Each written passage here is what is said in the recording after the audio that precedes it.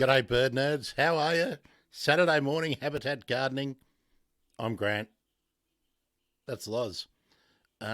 Some of you may be aware of how Loz came to join the team. Uh, let's just say it was by accident. We haven't been able to find Loz's uh, home. You parents or whatever we want to call them. So uh, you're here. Let me see. I just want to turn something off because I'm annoyed that the uh, autofocus keeps turning up. So let's turn that off, eh? Um, okay, that's better. All right, how are you? Today we're going to talk about. Um, be good if I was in focus, wouldn't it? Today we're going to talk about attracting um, parrots to your garden. Uh, Hello, Martin. How are you? Nice to see you. Of course, everyone, if you're new. Oh, and broadcasting for the first time to Instagram. So if you jump in on Instagram, uh, I have it open, so I will try and keep an eye on the comments there as well. So, yeah, fantastic. All right, let me tell you, I've got to tell you, well, I'm going to get very messy too. I don't know if you can tell. Loz here um, loves soft fruit. That's an absolute favourite. Loves soft fruit, but very messy eater. Throws pear and mango, which is what he's enjoying now, all over the place. Apple as well. So as you can see, I don't know if you just noticed, he flicked that all over me. Um, hey, Martin, just let's try and stick to the rules here. When you come in and in the comments, say hello and let us know where you're from so that I can put it up and everyone can get an idea of where in the country or where in the world you are talking to us from. Uh, I'm in Melbourne, in Australia, otherwise known as Naarm, the unceded lands of the Wurundjeri people. I might have to I might have to put Loz on a perch. I think. Look, where is it? I've got some mango on my face. That's not what I wanted, fella. It's not what I wanted. Oh, it's not easy to come off either. Um, there we go. Ah, okay. So what we let me start again. I'm all over the place. We had a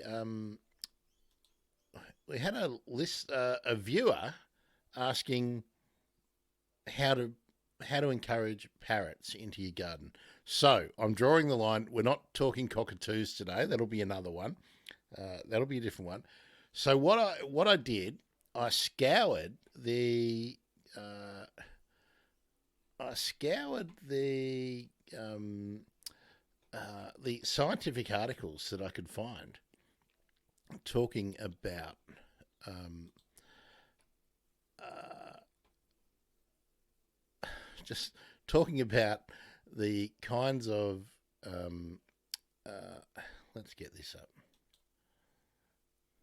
Why is that not coming up?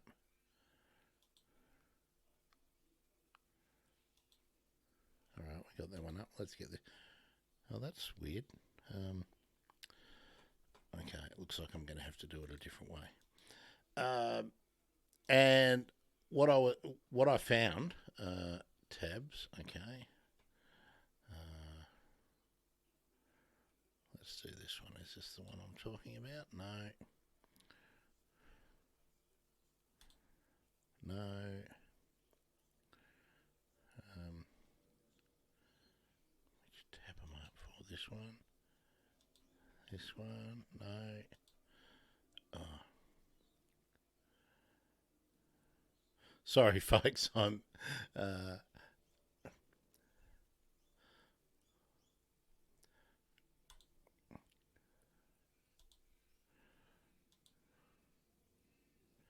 that's not the one.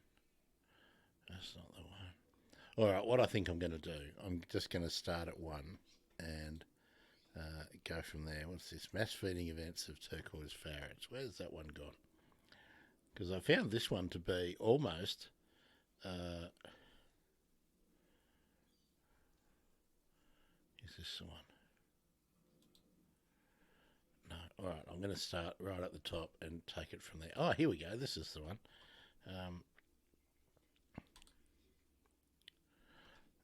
Bring it in. Here we go. All right. This is an article by, let's get right up to the front, Michael Darlam and Vanessa Collins from Australian Field Ornithology, issue 38 or volume 38, 2021. Okay, now, it's really looking at mass feeding events in the northwest slopes of New South Wales, near Narrabri, of turquoise parrots and eastern rosellas. And why this one is useful is that turquoise parrots are the Neophema, or I think they're now Sophoto Neophema or Neosophotus, I think is what they're called now. Still called Neophema pulchella for the turquoise parrot in this article, but I saw several others with a different generic name. And eastern rosellas, so of course rosellas being a mid-sized parrot, and turquoise parrot being what I would term a small parrot, and of the general grass parrot terminology.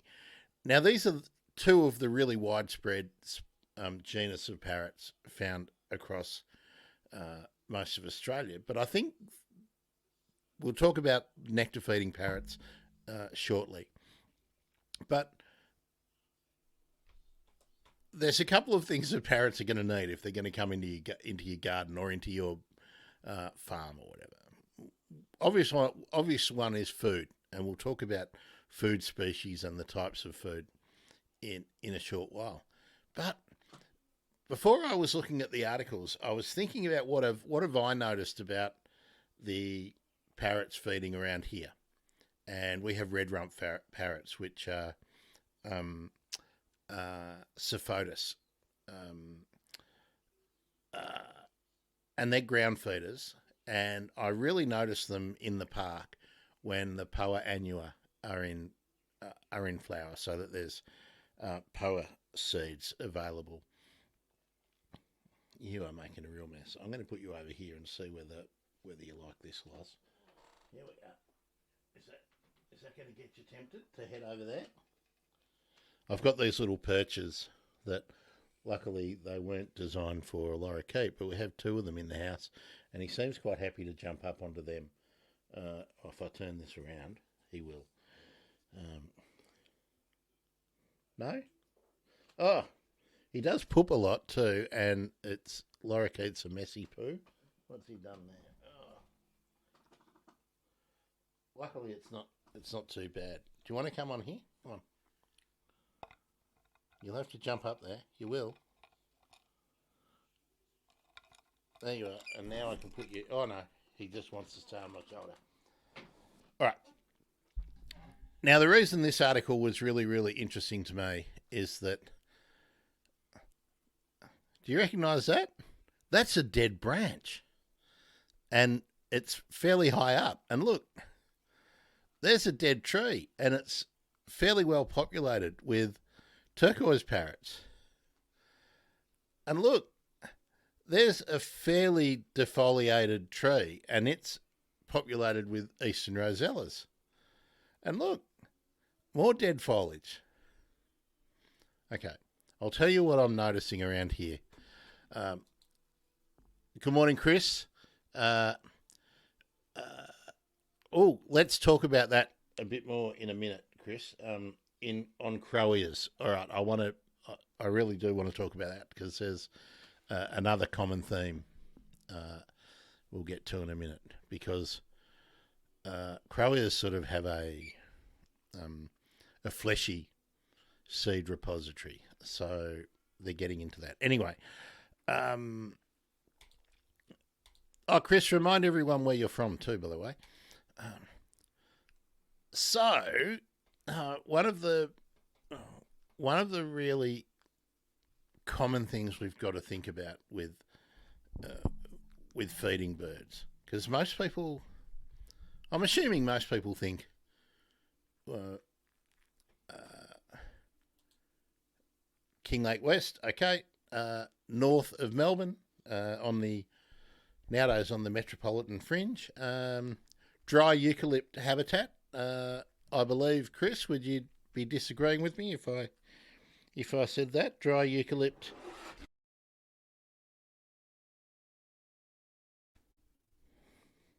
Oh, forget. No worries. That was a tripod falling down. Um, Most people, when they're thinking about feeding birds or bringing birds into their garden, think about putting out some food. I would like you to think about it another way. If you put the food there, is is your place a satisfactory, safe, and conducive place from a bird's point of view to come in and get a feed? Oh my god, I'm covered in mango. Um, Thanks for that, Loss. Now, just this one article, of course, it's only one article, but it's really common from what I'm seeing around here. Is that I agree. So he's obviously been tame. He knows how to whistle, and he does a little dance if I join in often. Oh, who was that? I just got a thumbs up from somewhere. Where was that? Um, Hello. Oh, Glenn. Glenn, are you watching on Instagram? Uh, Sorry, I'm going to jump around a bit because it's the first time with Instagram, and I would like to know if people are watching. I do have people. Um, People are joining. It doesn't say they're leaving, so that's really great. Let me acknowledge the people on Instagram. Uh, AYK Wildlife, hello. Sitsai Oz, hello. Hello, Sitsai Oz. Um, Adventure Birding Tours, nice to see you. Heidi Yuko, hello. Glenn Smith. Uh, Glenn's a regular member of the Riot Squad, but on a different platform. So that's great to see. Oh, Advocate for Birds and Naomi Bergenson has just joined as well. And Naomi's on Instagram. Hello, Naomi. It's good to see you trying out the new platform.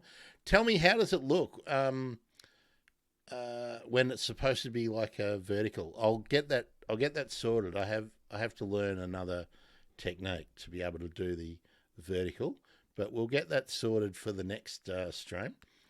Uh, Gee, that's really nice to see you all jumping in on Instagram. Um, okay, where was I? Where was I?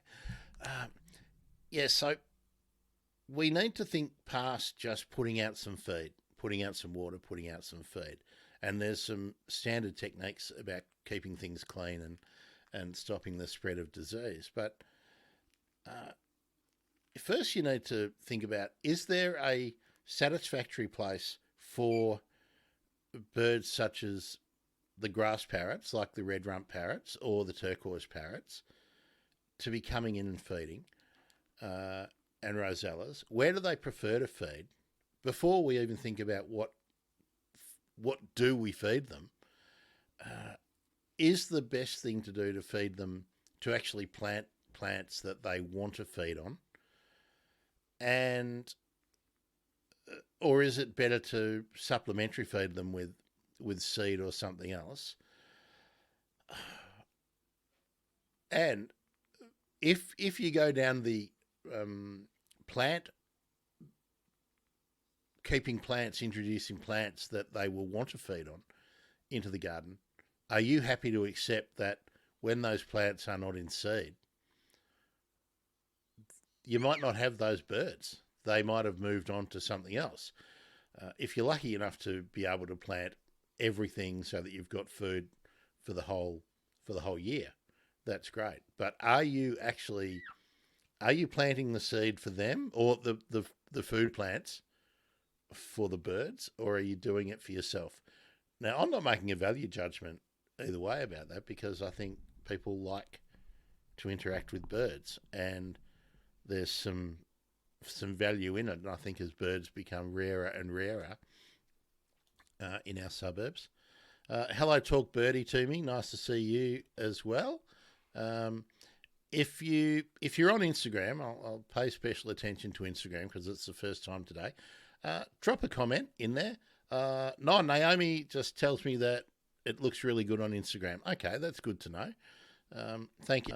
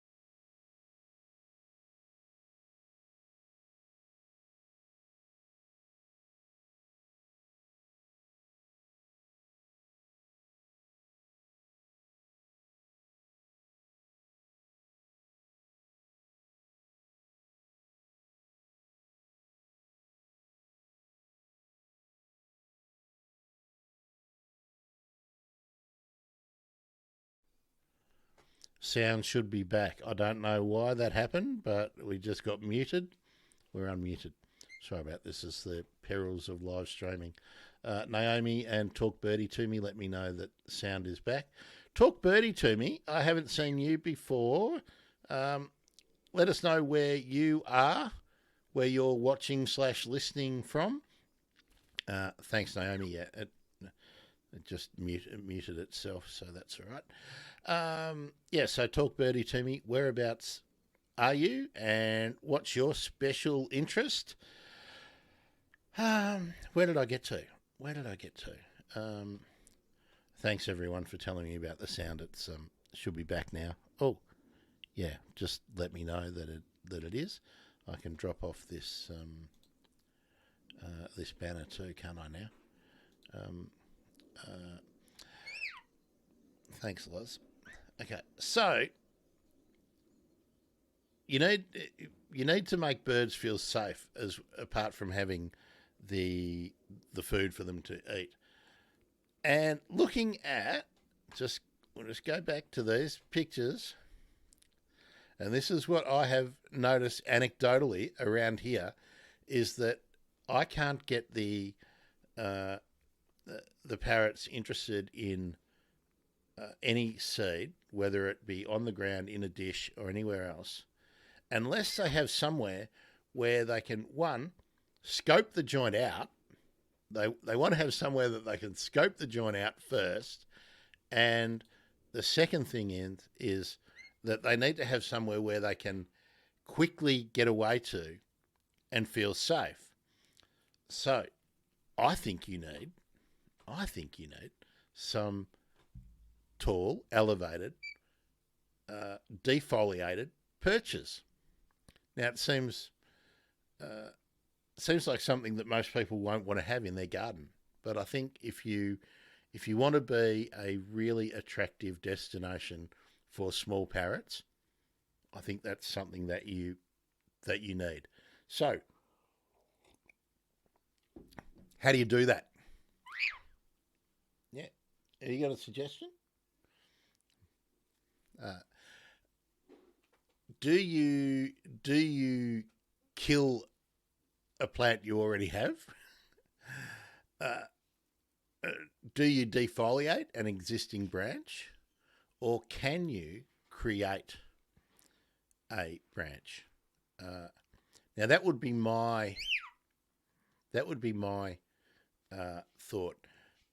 If you don't have um, if you don't have anywhere that you can do it, maybe you can actually yeah maybe you can actually add a bough a branch to something like the back wall of a shed or the side wall of a shed or up on your fence. You've got to be a bit creative, and it won't look fantastic, but it will be utilitarian. It will serve a purpose. Um, the nearest thing antenna, it's somewhere where quite often you'll just see birds sitting up there. It's not because it's the most comfortable place to perch. It's probably hot or cold, depending on the weather, because it's metallic and it absorbs heat. But it's up above most other structures, and the birds can get a good look around and see, you know, what might be a danger or what is who else is around. Maybe a red rump parrot doesn't want to alight somewhere with a bunch of these bully boys because it just might not be a good visit. They probably don't want to arrive where there's a bunch of cockatoos either. So at least one high up, easy to access, and I would suggest defoliated perch. That would be the first thing I would think you need. The second thing I think you need is some low down shrub layers or small tree layers. Thank you. That offer other protection, like a place to hide. Seems fairly, yeah, I thought so. Seems fairly sensible. Oh, coming around, where are you going? Yeah, I'm coming around this side. Okay. Oh, now you want the mango, do you? Do you want to go over here? Let me just. Yep. Okay. Loz is back to eating mango over there. You can come over again if you want. Sorry, folks. Let me just check where we got any comments. Talk birdie to me from Sydney. Hello, Bilby Tracker.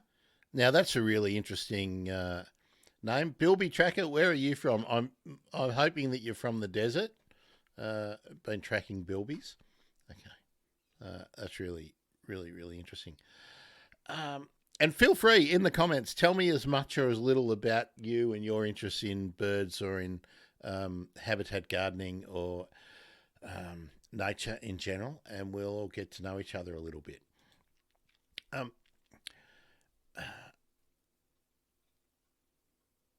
Now, getting a perch, getting a big perch.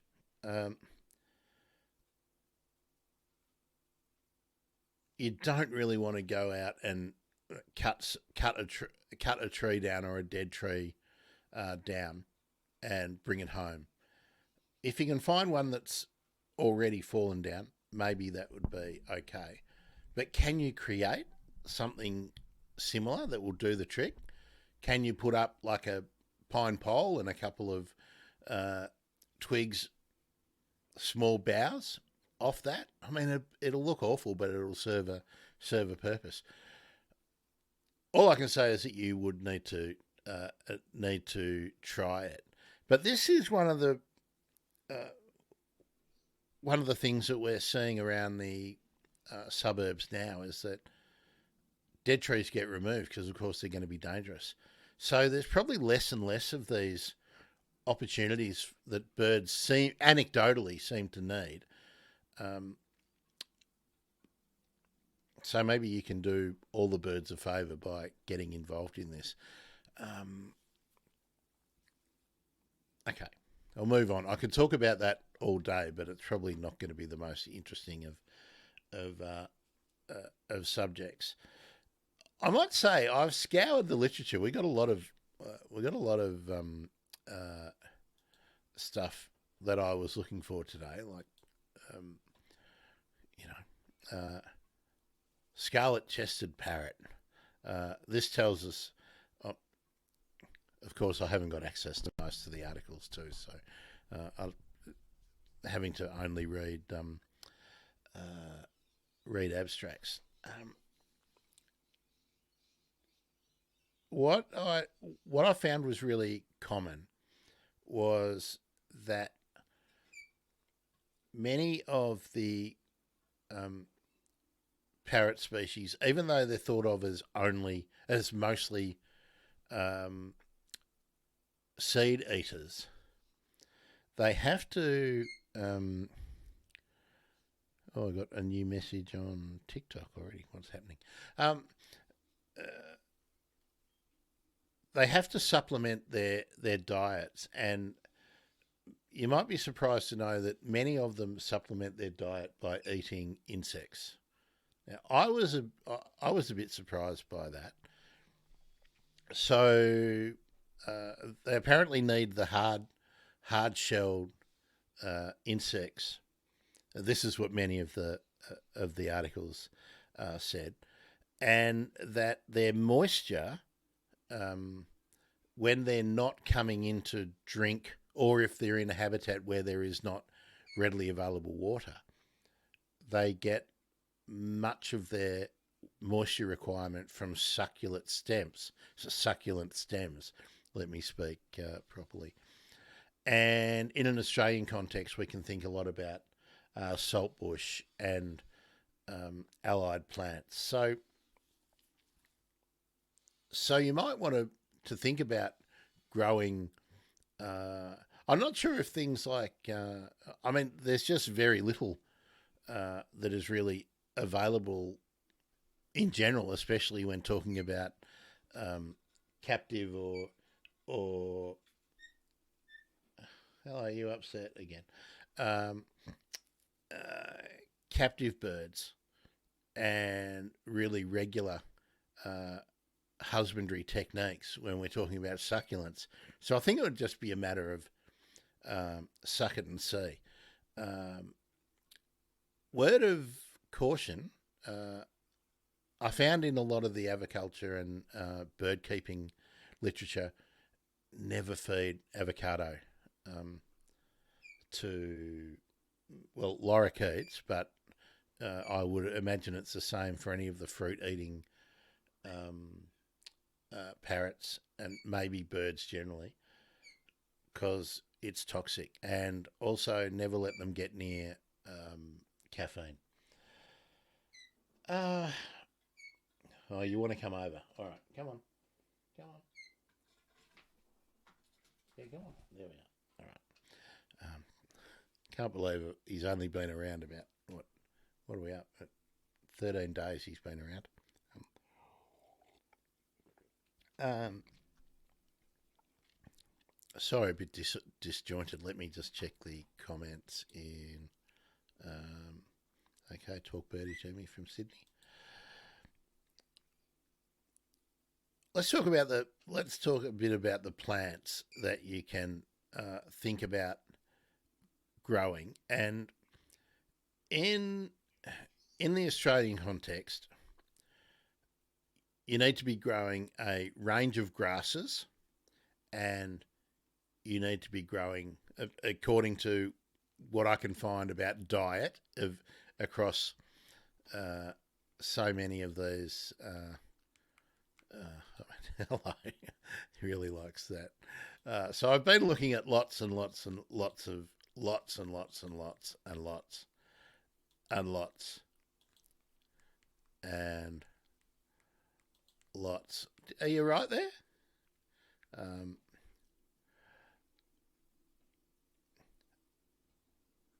I'll just give you an idea. Lots and lots and lots and lots and lots and lots and lots of literature. You really like that, don't you? Uh, in the Australian context, all sorts of grasses, acacias, and eucalypts, and then there's going to be lots of generalistic foraging. I suggest similar to what Chris said. Popped up before that crimson rosellas will forage on the seeds of crowias. I would imagine that they will forage on the seeds of hate. You don't need to be picking that apart. Why is it so? Um, uh, so be be very uh, broad in your plant selections. I would be thinking, but take your mind a bit further away from just grasses. But you do need grasses, and grasses we will loosely include lots of those tussocky plants that are not true grasses, lamandras, for instance. But then you've got a lot of those little. Uh, uh, Martin, thank you for this. Love feeding. Turquoise parrots love feeding in long grasses. Yeah. What I. Turquoise parrots, particularly, I found that uh, one of the favourite grasses for them was actually an introduced grass uh, from Zambia. I would have to. Here we go. Is this in here? Uh, let's see if I can find the.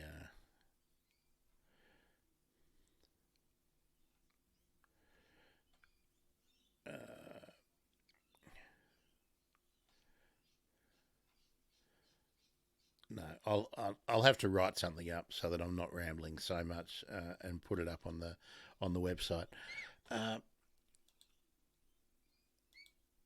so if you're going to plant grasses, the next thing you need to think about is the succession of flowering and then therefore fruiting. So uh, I would think you're probably going to need 6, 7, maybe more species of grasses. Uh, Now in Australia, we're lucky we've got a quite a few um, genus of grasses that are quite common in horticulture. So but just to think about three, um, you will get the themata, which is like the kangaroo grass. You'll get the poa, which is a true grass, and you'll get the danthonia, which is a wallaby grass, and then you've got the things like the lamandras and garnias and so many other plants that throw often really spectacular and decorative seed heads as well. And then you've got lots of the sort of lily kind of plants that have fruits that the birds will get into as well. Um, it's really difficult to give recommendations when you're from all over the country, but um, uh, but that's sort of the first place to start. And now Chris has just put in a couple of comments, which goes to the next the next type of plant that I think is really really important for uh, mostly seed eating parrots. And Chris says, we've noticed king parrots feeding on the seeds of Flinders Ranges wattles. Now that's Acacia idiophylla, and gangangs feeding on the narrow leaf wattles. Now there's a number uh, of wattles that could be. I mean, you've got, I think it's 700 or 800 species of wattle in Australia.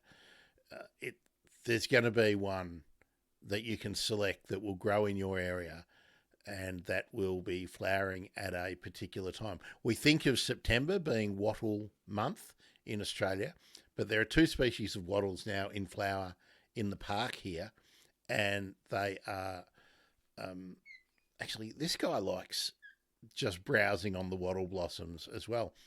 Wattles are really important because they bring lots of insects and small insects in for the flowers.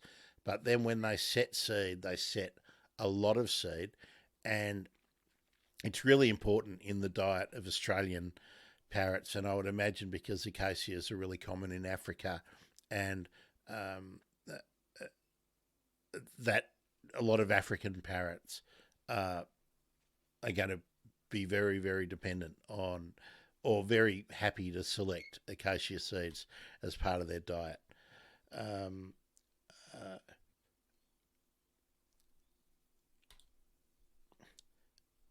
Acacia mucronata. Okay, so there's going to be thousands of thousands. there's going to be at least 100 small and medium species of acacia that you can find. And acacias, they go in and out of fashion, I think, in horticulture, but Acacia idiophylla, or the Flinders Ranges wattle, is always available, super reliable in dry climates and also in the temperate climates like Melbourne, Sydney.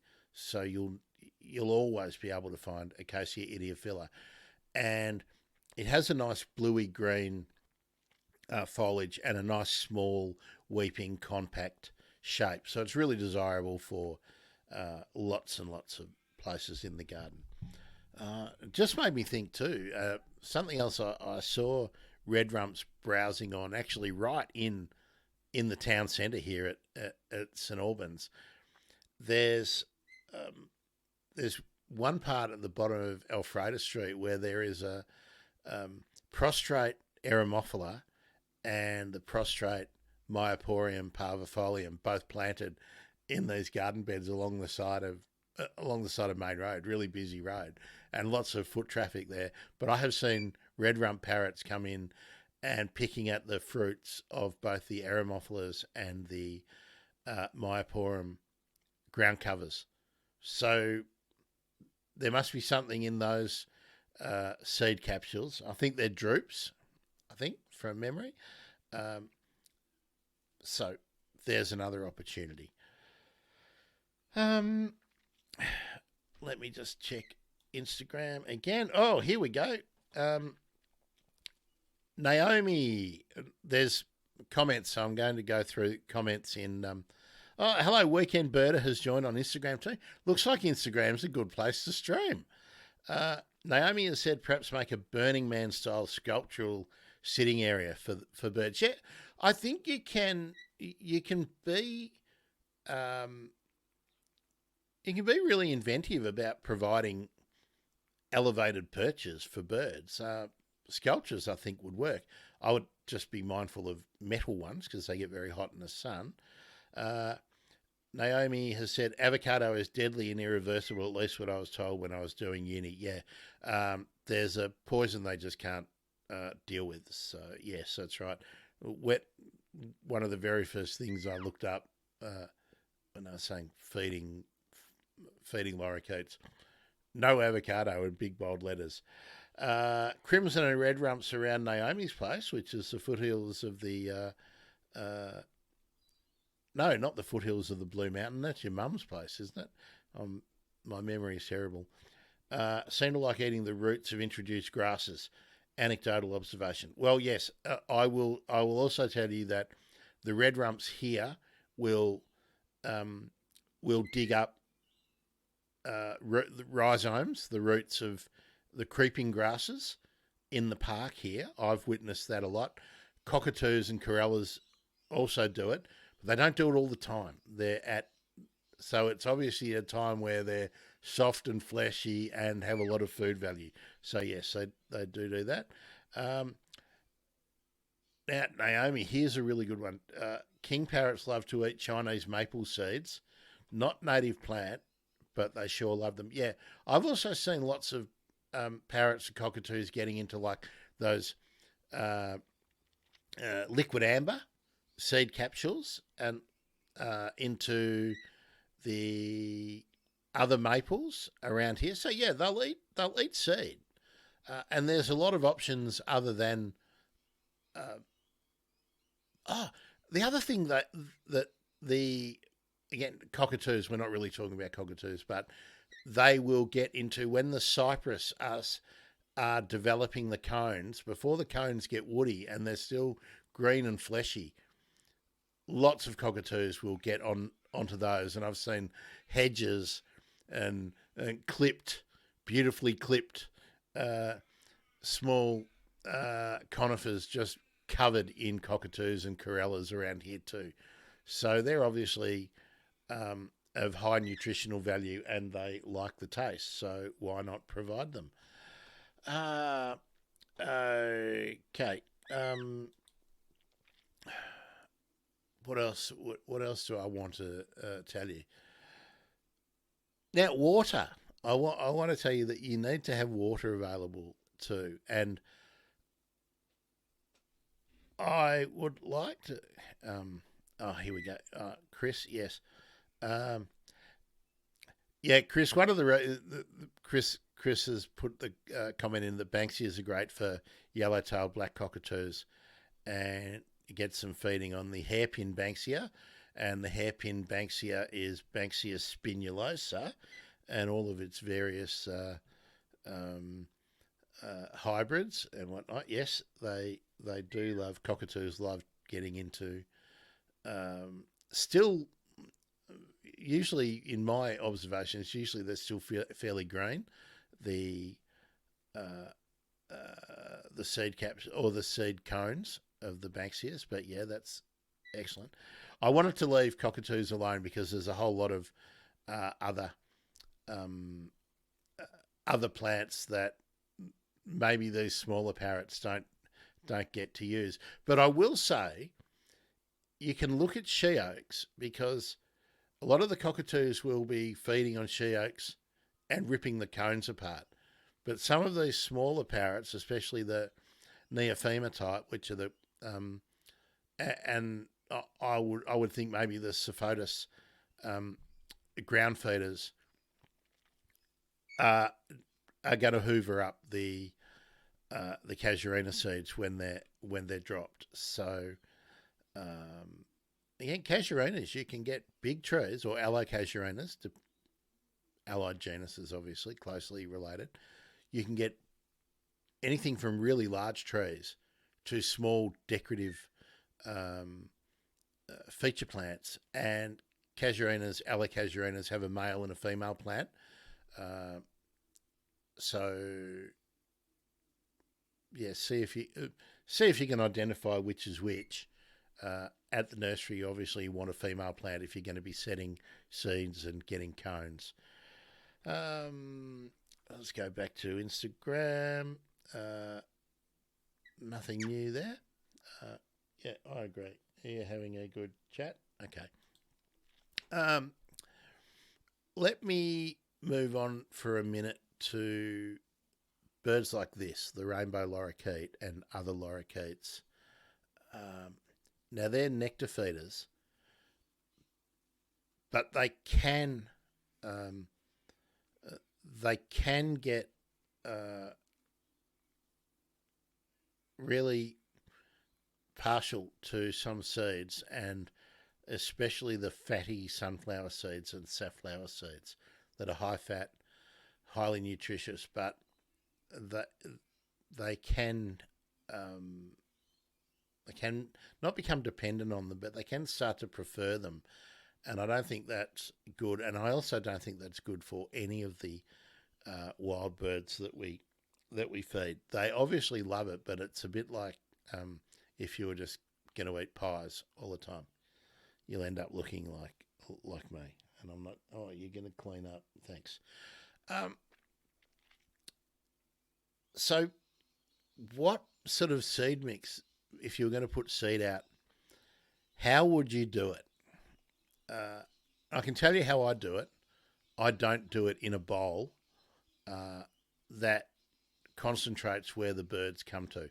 I scatter it now and always have all over the ground and in not always in the same place. On the nature strip, in the park, on the little bit of lawn we've got around my place, so that the red rumps, if they want to come in, they don't have to come anywhere near corellas and cockatoos if they don't want to.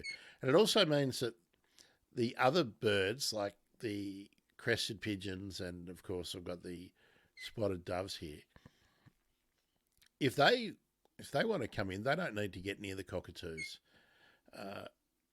So just offer them a choice of places.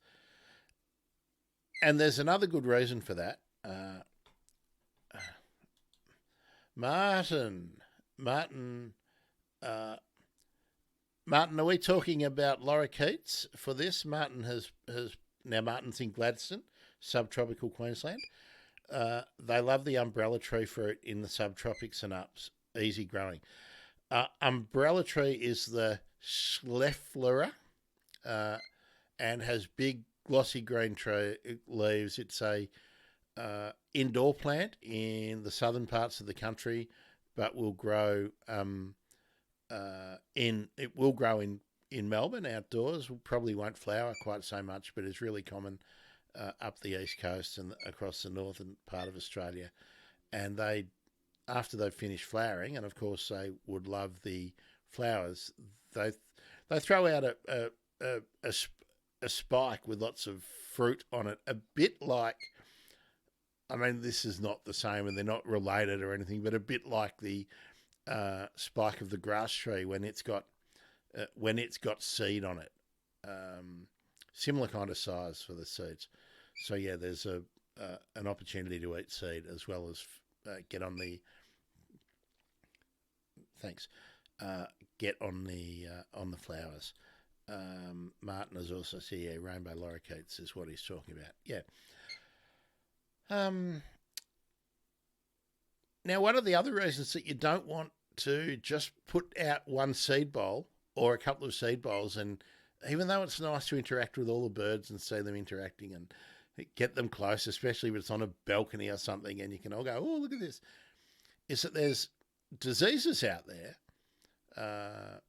beak and feather disease being, parrot beak and feather disease being one that we're mostly aware of, but there's several others, some which I wasn't aware of, but there's also the spreading of things like nematodes and things like that. That if the birds are close together and they're sort of touching each other when they're feeding and doing things like this, the spread of disease is going to be much, much, much more common. Where are you going now? Over here. Are you're getting curious? Okay, hang on.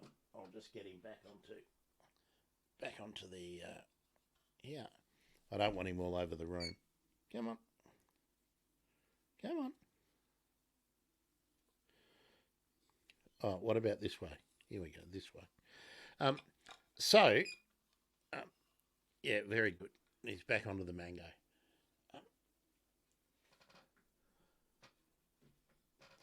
Thanks for being tolerant of having the rowdy team member in the streams. It's going to be regular. It keeps him entertained.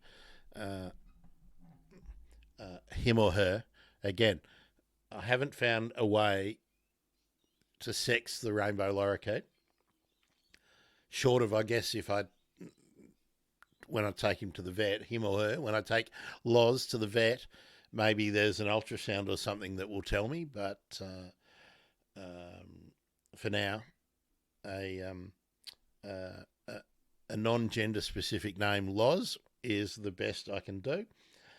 And should I really, if Loz is going to be with me long term, I really should think about a friend for Loz. Anyway, now where was I? Do you want to prompt me? Let's go back to the Instagram. Lots. What have we got here? Yeah.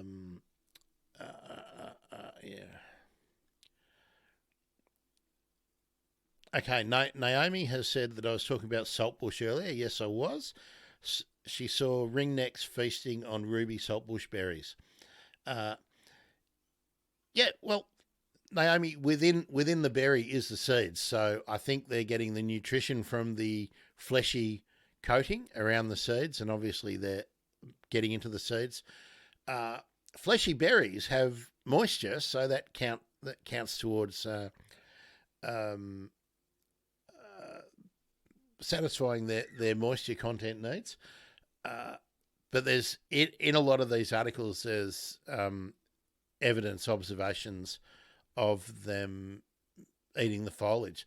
So there's going to be things like atriplex and other saltbush, noon flowers. There's a whole lot of fleshy leaved plants that they're probably nibbling on. I can tell you anecdotally with the rainbow lorikeet, I've been going and finding bunches of flowering gum, umbels, seeds, flowering heads that I can pop in his cage. He likes chewing on eucalyptus leaves. I imagine many parrots just browse on whatever vegetation they feel like. Maybe there's minerals and things that they're getting from them. I I don't know. Um, Now let's see. Oh, hello, Janice. So I hope things are going better in your region. You can maybe fill us in on that. I do want to get you on the show to talk about the issues you raised with me with the weather in southeast Queensland, the weather event, and what's been going on. Um, uh, you've said, I would imagine behaviour personality may indicate the sex of Loz. Not from what I can find anywhere, um, and unless they're like in a pair and they acting together, and one might be strutting around chasing the other another. I think that would be the only way. On an individual basis, there doesn't seem to be anything that can be reliable. The other thing is too, I have no idea.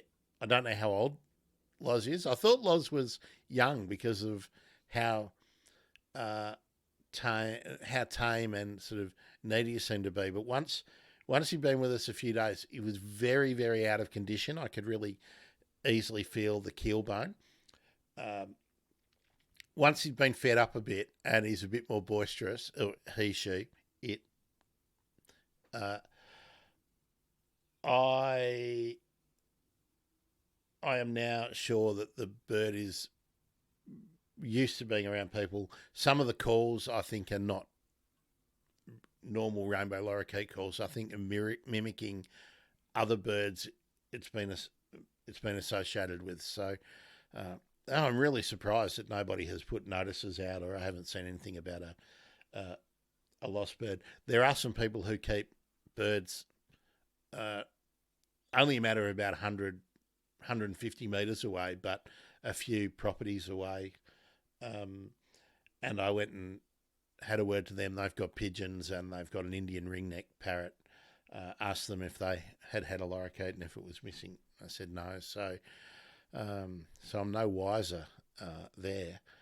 Now let's go back. Naomi was talking about water now. With the water, bird bath and a seed bowl, we have to be careful about hygiene because of parrot beak and feather disease. That's definitely true. I I also think that there are many other health concerns that we need to think about apart from just that disease. So hygiene is really, really important. You need to clean the bowls regularly, like at least daily, with a weak bleach solution.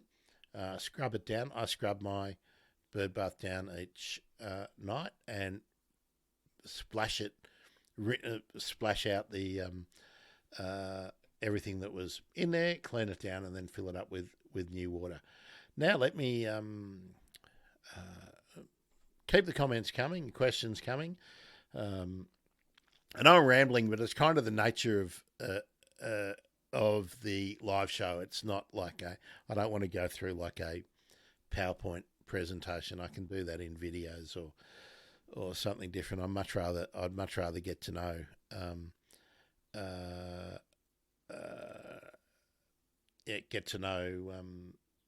your thoughts and your particular situations. So at the moment, people on Twitter. Now, if you're on Twitter or X and you want to ask questions or be involved, you will be better off if you're on YouTube or Facebook so that your comments can come in and I can answer them easily. Facebook, YouTube, and Twitch. Hello to all of you, and on Instagram as well.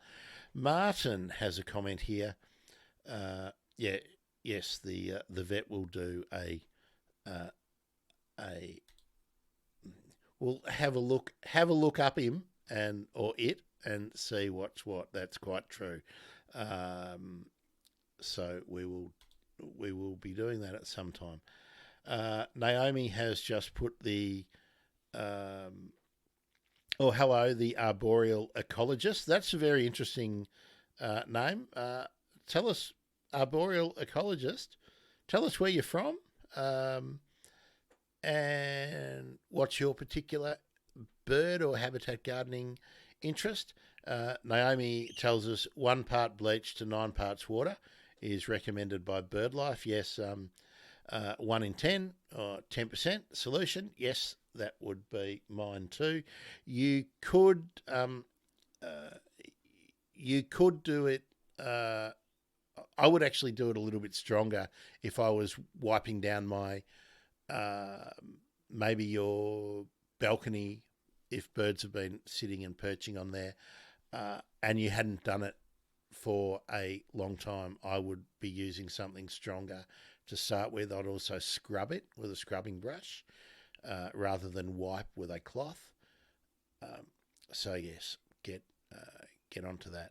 Uh, would really like to know, arboreal ecologist, what you're up to, and hello, Kirsty, weekend birder. Hmm, hmm. Okay, where are we up to now?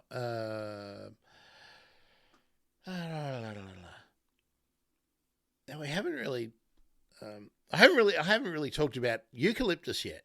Eucalyptus, corymbias, um, callistemons, melaleucas, uh, that whole Myrtaceae family. You've also got like the New Zealand Christmas bush, the Metrosideros. Um, there's so many flowering plants that you can uh, think of to bring into the garden. All the proteaceae, the grevilleas, the banksias, all of things like your proteas, or leucospermums, um, firewheel trees like the stenocarpus. I mean, there are just so many flowering plants that you can uh, use to attract nectar feeding birds like the lorikeets, the lories. What you need to consider there is the progression of flowering. Um, I can tell you that Loz, on my experience, this particular rainbow lorikeet uh, prefers red corymbia blossoms to virtually everything else, but will investigate anything with flowers on it. Eucalyptus or corymbia are far preferred to melaleucas, and just in the last few days, callistemons preferred to melaleucas, but when it comes to melaleucas, prefers red and pink to white and yellow. That's just my observations here. Um, I I just think variety is the key, and if you have space, I would be um, planting several eucalyptus corymbias with acacias interspersed um, and callistemons as well, and banksias obviously. Um, wow, we've been going a while, haven't we? So what I'll do now is basically leave it open to comments and questions. Um, Naomi has just said there is commercially available cleaning solutions available. Yes, that's true. So you can um, you can source something like that. I mean, places like Pet Stock and Pet Barn, and no doubt small pet stores, agricultural supply stores are really uh, uh, are really valuable places to visit to have a chat to the staff. They might know something about your local birds that you won't find on anyone's webpage or anyone's podcast or live stream. Um, yeah, Martin's got a comment which was actually Martin going to be about my next point that I brought up. When you're not in a situation to plant for parrots, weeds have attracted a lot of pale-headed rosellas, I think. They like the Stinky Rogers flowers. I don't know what it's. I don't know what the Stinky Rogers is. It's probably a local name up your way, Martin. But yes, the other thing I would say is that weeds are often very, very, very popular. Oh, I've seen Rosellas choosing dandelion and thistle seed heads. They will pull them apart. I know that in aviculture, in aviaries, dandelions and thistles are very, very popular as a green. Birds need variety, and they will seek it out. There's all sorts of different minerals, and uh, in in weeds, in green vegetation that you might not think of when you're thinking about what should I feed my bird. Um, I've seen them on those horsetails. I think they're plantains. I've seen them pulling them apart in the park as well. Where are you going? You want to come back over, do you? Okay. Oh, what are you doing down there? Come on. Come on.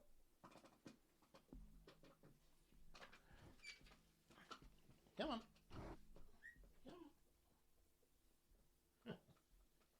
Yeah, you know I'm up here.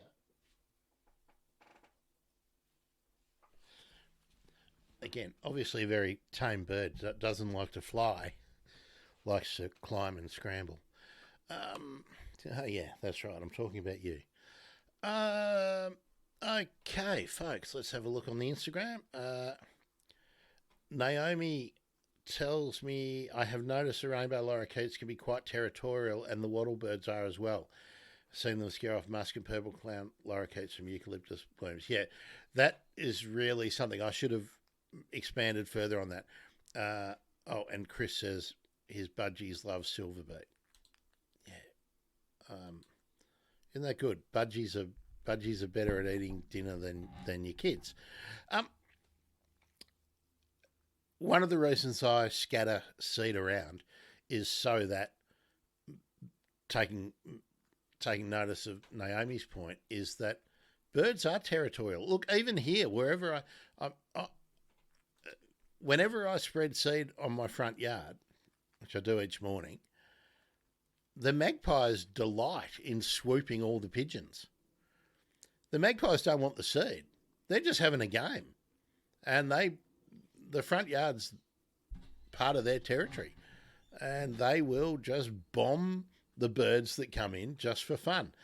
Uh, these little fellas, lorikeets, are the bully boys of the bush when they're in a gang, and they will monopolise feeding tables. Cockatoos the same, uh, and in my observation here, the long-billed corellas will dominate the sulphur-crested cockatoos and the little corellas around here. They they're just boisterous bullies who will dominate those situations. Wattlebirds the same. Both red wattlebirds, little wattlebirds around here, they they have their territory and they'll keep other birds out. Uh, so if you have a dominant pair or group of, be it wattlebirds or noisy miners in that your backyard or your front yard is part of their territory, you will need to have numerous opportunities for other birds to feed. Um, I mean, we can spread this out to all the different birds. Uh, with these birds, you don't want smaller birds coming close to them because they will nip their legs off. Uh, so yeah, you just need to provide a number of opportunities, and let's just come back to Instagram and Naomi. Um, yeah, certainly a number of trees or bushes. That's where you need to provide those refuges, which I mentioned really early on about not only having perches that are devoid of foliage or very, very sparsely uh, leaved, so that the birds can use it as a lookout, and a place to scope out the situation. Um, uh, yeah, just be creative. And Chris has put up. This is something that I like. Um, a lady up in Chris's neck of the woods, up near King Lake, put chicken mesh around a bird feeder, just so the red-browed firetails or the red-browed finches can get in and out through the mesh, but it keeps the larger birds away. Yes, certainly you can do that, and that's how some. I think it the helmeted honeyeater. Um, I think the helmeted honeyeater study with Ainsley was talking about the feed stations for the helmeted honeyeaters excluded some larger birds because that's what will happen. And I would imagine that if these fellas found a free feed that they could get access to, they'd be into it straight away. Um, uh, so if there's only one feeding place, you can do that. My solution would always be to spread out the opportunities and to um, I and the, look, we haven't even got to the issue about. Well, I did talk a bit about the kind of seed to feed, but I'm keeping away from that. I would get it. I'll try and get David Phelan on again to maybe talk about that. I did notice in a lot of these articles I was checking out that David was a co-author too. So he's done a lot of work on feeding birds, feeding wild birds, and we have the lorikeet paralysis syndrome.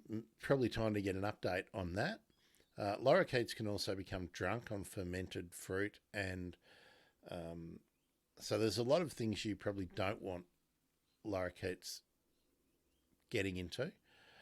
I've hardly touched on fruit.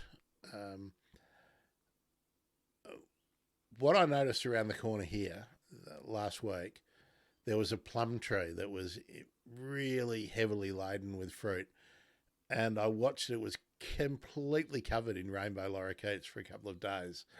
When I went and looked at all the fruits, they had just scraped down like one or two scrapes on every fruit, but they didn't eat the whole thing. I picked some fruits and gave them to this guy. Didn't eat the whole thing, but when it comes to pears and apples and now mango, will eat everything. So they've got their preferences, and soft fruits is obviously the go. Um, so some opportunistic foraging of your stone fruits or something will no doubt happen. Pawpaw is another thing. Papaya is another thing that he quite likes.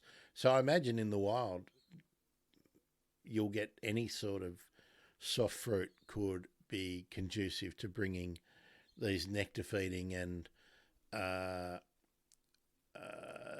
not terribly selective parrots into your garden. Okay. Oh, Naomi's got some exciting news.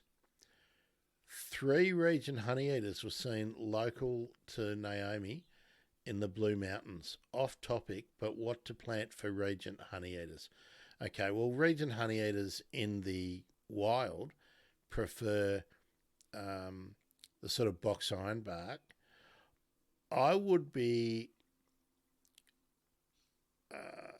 perhaps Naomi. I might look at your area and put a little planting guide together. I'd like to maybe put regent slash swifties in the same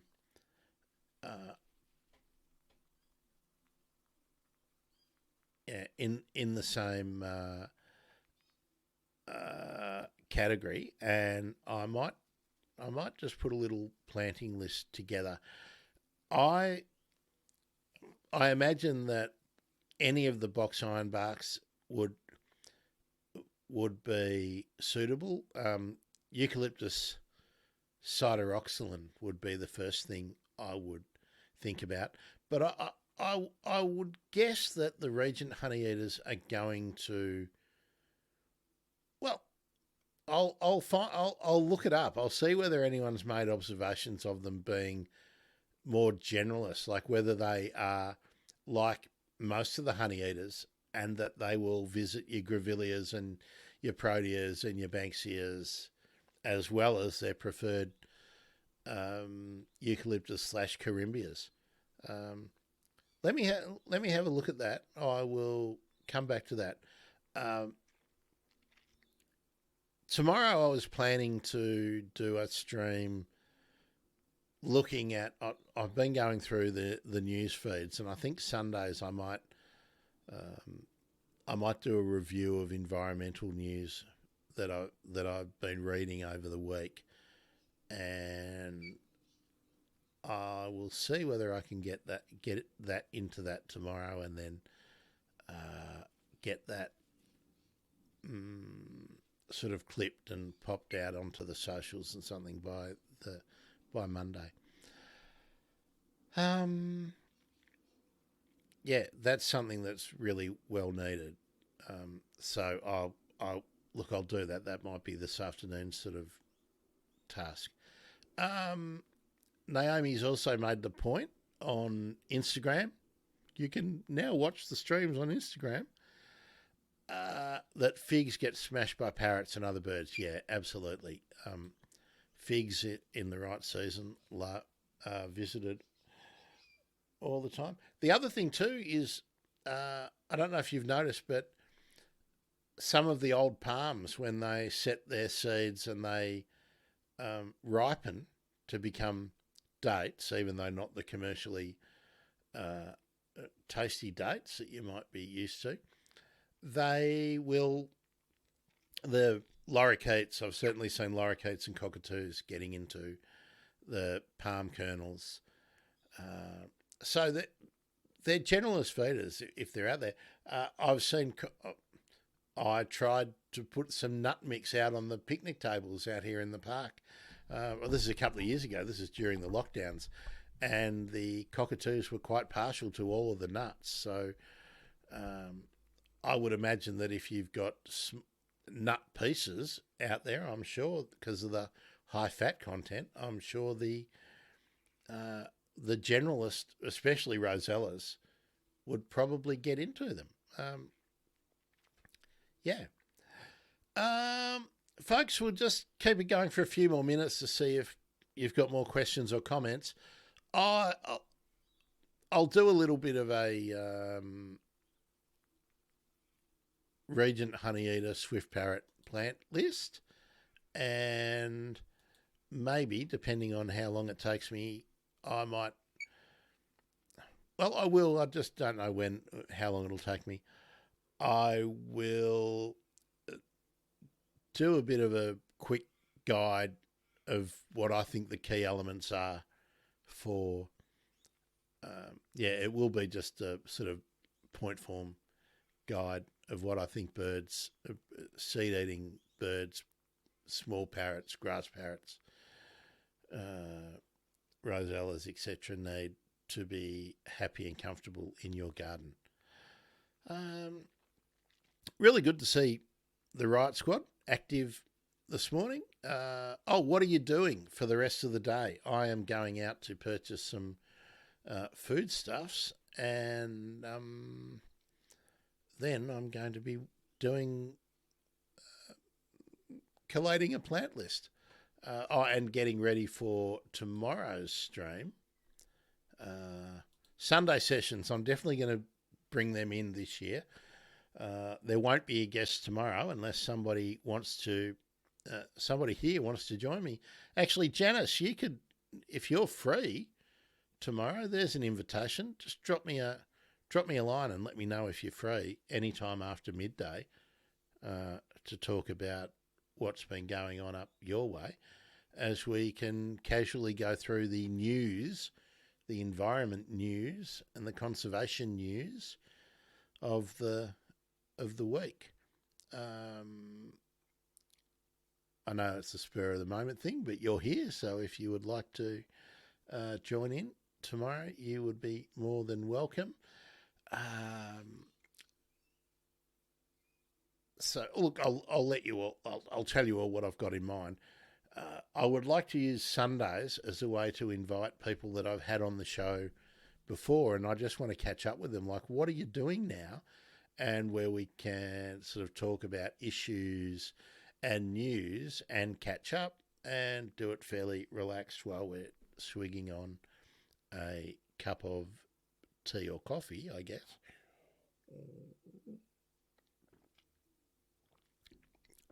So it'll be a lot more ramshackle than the normal stream. Um, yeah. What else will I tell you? What's coming up?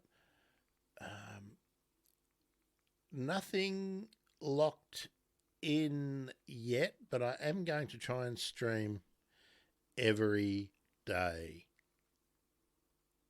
until at least once every day on at least one platform. So I'll be mixing it up so they won't all be on YouTube or all on Facebook. I'm going to try and mix up things a bit to be a bit more platform specific in some uh,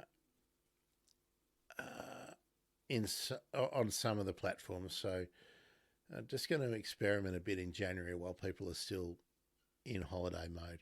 Martin, that's a very good point. 41 degrees in some parts of South Australia today. Yes, I might say it was pretty hot here yesterday, 30, 35 or 36, I think, in some locations. I think it was 35 at my place. Lots of birds visiting the bird bath yesterday.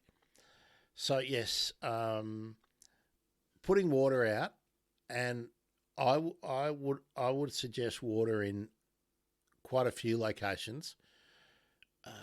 Again, you need to think about making it harder for any predator to make your bird bath or your water bowl a happy hunting ground. So I'd put putting water in a couple of situations, but also making sure on really hot days that if you can, make sure your water is at least getting shade for some of the day. So think about where you place it, and this is being aware of where the shady locations are at different times of the day in your garden or your farm or something. I mean, if you're relying on farm dams, try and keep some vegetation around on at least one side of the dam. Um, yeah. Okay, back to Instagram and we'll see who's around. Nothing new there. So just the last few minutes, if you have another question or comment. Well, we got through that. Well, I didn't get through everything, but we've been going well and truly long enough. I hope you're going out to maybe purchase some plants today. Get to know your. Oh, did I tell you this the other day? I went to Bunnings last week, just looking for some things, and I checked out the pet aisle. I can tell you, there's very little about birds in their pet aisle. I visited Pet Barn, Pet Stock. But the nursery at Bunnings, boy, what a disappointing place when you're looking for plants. Wowee. Wowee. So I will need to definitely create a list of really good native indigenous nurseries for different parts of the country. That was really disappointing. A lot worse than I remember. And a long time ago, I worked at Bunnings, and I don't think I've told you this. Quite a few years ago, I was a sales rep for a wholesale nursery. I was a I was just a general nursery hand in a wholesale nursery, and I also had my own little nursery, really boutique style nursery, where it was just pretty much promoting indigenous plants and generalist native plants to grow um, in a place that was fairly close to national parks and state parks to encourage birds into gardens. So I've done a lot of this, and yeah, there's not a lot of study. There's a lot of anecdotal information. So we just need to keep sharing information with each other of what we've seen and see what works best. It's feeding. Feeding is something I wrestle with all the time. Uh, I don't feed a lot. I just feed a little bit so that the birds are around. Uh, the the biggest benefit I saw when I was feeding, and a lot of cockatoo, they're not, the cockatoos and corellas don't actually come and touch my seed now. But during the pandemic, they were in all the time, and the main benefit that I think I got from that was that the local people started to see the birds and get a bit of a relationship with them, and the kids really loved it. Um, when I walk around outside with this bird on my shoulder, the kids love it too. Um, so I think the main benefit is just getting people interested in birds, if they haven't been already. Um, okay, Milam Randy James. Hello, Milam Randy James. Where can I send audio recordings of the morning bird sounds? Milam Randy James, you can send, and this is anybody, if you send to Dawn Chorus, two words merged into one, Dawn Chorus at thebirdemergency.com, they will get to me. And look, we'll probably do a Dawn Chorus maybe. We were sort of doing them on Wednesdays, weren't we? So maybe on the 24th of January, we might do a January Dawn Chorus. That might be cool. Hello, Ben Greed, just joined. Nice to see new people coming in. That's great. So, Milam Randy James. I would also like to know where you're from, Milam Randy James, and you, Ben Greed. Naomi has a comment. Bunnings has a very poor selection. Often plants are root bound as well. There's a few good nurseries in the mountains, I can tell you, if you want a list for that. Naomi, certainly please. And this is also for anyone. If you have a really good local nursery that you would like to recommend to me, just email me, grant at thebirdemergency.com. That would be great. Martin's having a grizzle. Martin says, you southerners are so lucky to have so many parrot species, many more than up here in Gladstone.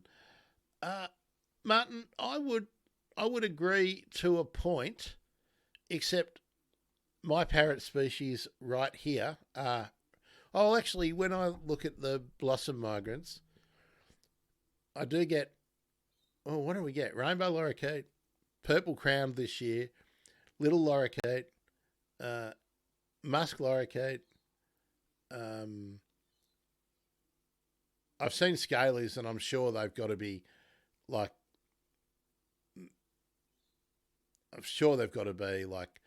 Avery escapees or something who have just joined the crowd around here. I don't get any rosellas here. We get red rumps, and then we get the corellas, two corellas, sulphur-crested cockatoo, galahs, yellowtail black cockatoos I've seen here on very infrequently. So yeah, we do okay. But you've got some amazing parrots up north, but just maybe not so much in Gladstone. But you've got the pale-headeds there, haven't you? And you've got the crimson rosella. I would imagine that you've got some neophemas or um, nearby, but you just might be suffering the same way I do here. That as as the population of people have increased, the birds have moved out. Maybe. Um, I do not know. I do not know. Um, Martin, six parrot species besides cockatoos. Okay, you better fill us in. I want to know what you've seen. Uh, uh, Naomi makes the comments. Yes, Martin, but Martin, Queensland has the most species of birds, and you have golden-shouldered parrots further up. So, yeah, that's true. Um, that's true. Um, yeah, that is true. I've got to say, I was astounded by some of the uh, birds in Queensland, but parrots, you might be right. You might be right. So, Martin, I do want you to tell us your six parrots and your cockatoos so that we can compare notes. Um, really enjoyed the input on Instagram today. I would love it if Instagram would send the comment out to so that I can pick them up in StreamYard rather than having another tab open. But it's good. Um, Now I don't feel so bad at not being able to stream on TikTok. Although I did um, speak to someone who streams on TikTok and said it's bizarre. Excuse me. So maybe I won't worry too much about TikTok. I didn't stream to LinkedIn today. Maybe we'll bring them in next week.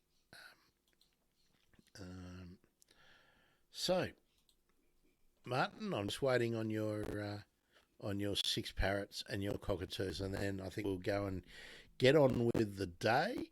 Certainly encourage anybody who wants to send in their Dawn Chorus to send that to Dawn Chorus at thebirdemergency.com. Any other news snippets, interest that you've like to send me would be greatly appreciated. You can just send that to grant at thebirdemergency.com.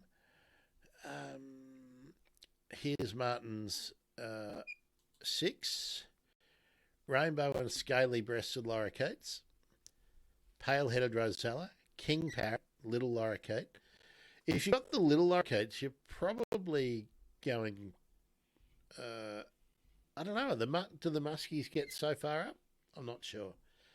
Um, Pale headed rosella. I would think you could possibly be getting crimsons up there in the right location. You're lucky to have the king parrot, I think. Um, mm, I hope you could hear the sulphur crested cockatoo flying overhead. Um, I think king parrots are a ripper.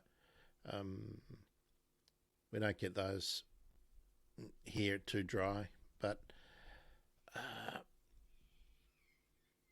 yeah, I I was looking for information about king parrots to find something more that talked more about their diet in the wild, but I didn't find too much. Now here's Martin's cockatoos, little Corella, black cockatoos. Now you've got the yellow tail, but you should have red tailed blacks up there too. I would have thought. Sulphur crested cockatoo. You don't get galahs, Martin. I would have thought you'd be getting galahs as well, or they should be nearby. Um, galahs here are the wanderers. I don't have them here all the year, but when they're around, there's quite a few of them around. Um, One of the magpies is making a fair bit of noise around here at the moment. Okay. Um, Lame James Bird Boy hello, Lame James Bird Boy. That's a pretty extraordinary uh, username handle on Instagram. Nice to see you. Uh, yeah, I do like that one. Lame James Bird Boy. Uh, where are you from, Lame James Bird Boy? Let us know. We're wrapping up pretty much, so I will I will invite you to. I don't think the notifications go out on Instagram when I update them through StreamYard. So I'll have to improve my workflow to get the Instagram notifications out. But it's been great having so many Instagrammers on. Um, Fluctuates the numbers. I think Instagram maybe might not be quite so stable as the others because it shows nobody and then it shows a bunch of people and then it shows nobody. But Lame James Bird Boy, that is a beauty. Doesn't tell me when you leave either on Instagram, so that's a bit weird. Anyway, so Martin tells me yes. So he gets both the galah and yellow-tailed and red-tailed black cockatoos. You'd almost be a chance to get glossies up there, wouldn't I? Would think, Martin, wouldn't you? If the right stuff was around. So you got rainbow, scaly, little lorikeets, pale-headed, king parrot, little corella, black cockatoo, sulphur-crested, galahs, and well, we'll add on the one more black cockatoo. So you got 10. I reckon that's pretty good. You're doing a lot. There's a lot more parrots in your neighbourhood than in my neighbourhood, buddy. So, oh no, we might be if I count all the lorikeets and I count all the possible black cockatoos, corellas. We're on about a par, so we're almost even Stevens, I would say. So, yeah. All right. Naomi, thanks for your contributions on Instagram. That's been great today.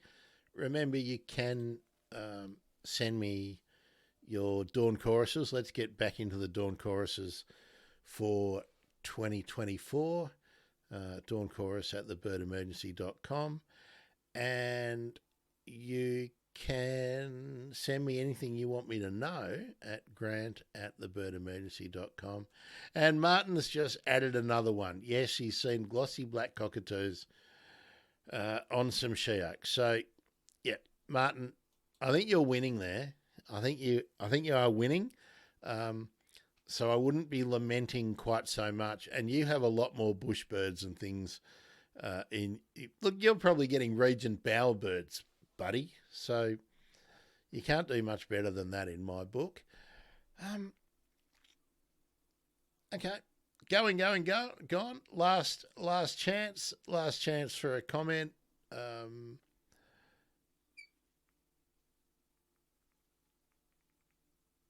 Yeah, I do quite like how that looks on Instagram, by the way.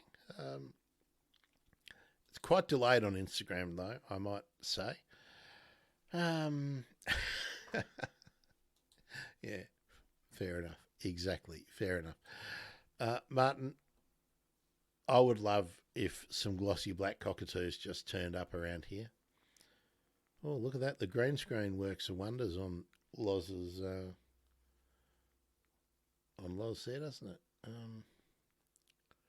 That's weird. Okay. Oh, Naomi said it's been fun. Comments seem to get through quicker on Insta. I really like it. Cool. Well, I'll keep going with the Instagram live streams. I will. There's just something I need to learn to get on the OBS, which is the sort of studio I use to then send to StreamYard. But I can do with vertical there. So that's what will go to Insta. But the comments don't all go in one place. So I've just got to keep remembering to click over and have a look at Instagram. But yeah, we'll keep going with that. I can manage to look at a few things. Um, Also with habitat gardening, I mean, we're getting into frogs, and we'll keep going back to water in the gardens. Uh, Next week, my plan is to uh, talk about frogs, unless something else um, uh, comes up. Oh, Martin, I like this. You'll have to get a pirate hat. Yes. Martin, I'll tell you, I once fronted a cover band that was actually a disastrous joke, but it was fun, and it was the Captain Pugwash revival, because some people I knew well at one time thought that I made a good Captain Pugwash. So I did once have a pirate hat. Maybe I will get another one, Martin. I don't know. Yep. Okay, folks. Thanks for being with us again. Loz has enjoyed it. Got to say, he's made an absolute mess with that mango. He's finished the mango, though, so he's back over here now. Yeah. And for new people on Instagram, use the comments, get involved. That's what makes the whole thing fun. That's why live streams are good. We can have a bit of fun and get involved. Obviously, follow or subscribe or whatever on the relevant platform so that you can get the notifications when things are scheduled. What's today? Today's Saturday. So, yeah, I'll be back tomorrow sometime around midday to do the review of the news, and who knows, maybe someone will pop in and join me. And then Monday, there will be a midday Monday show, which we'll probably be talking a little bit more about in depth some of the issues in the news, maybe following up from some of the things we talk about tomorrow. That just depends. What have we got? Just checking for the final time. All right. Thanks, Instagram. We'll see you again soon. So Instagram are gone. And apparently I can download my Instagram. That's interesting. And for those of you on the other platforms, I will catch up with you again soon. I don't know what's going on with maybe that's just the light that's making my face look like that today. Anyway, it's always great to join the Riot Squad on a Saturday morning, talking gardening. Just remember, Grant at thebirdemergency.com if you've got a subject that you would like me to raise or talk about in the context of habitat gardening. Otherwise, maybe see you tomorrow. See you Monday. I'm Grant. I'm a bird nerd. This has been Habitat Gardening on the Bird Emergency. See you later.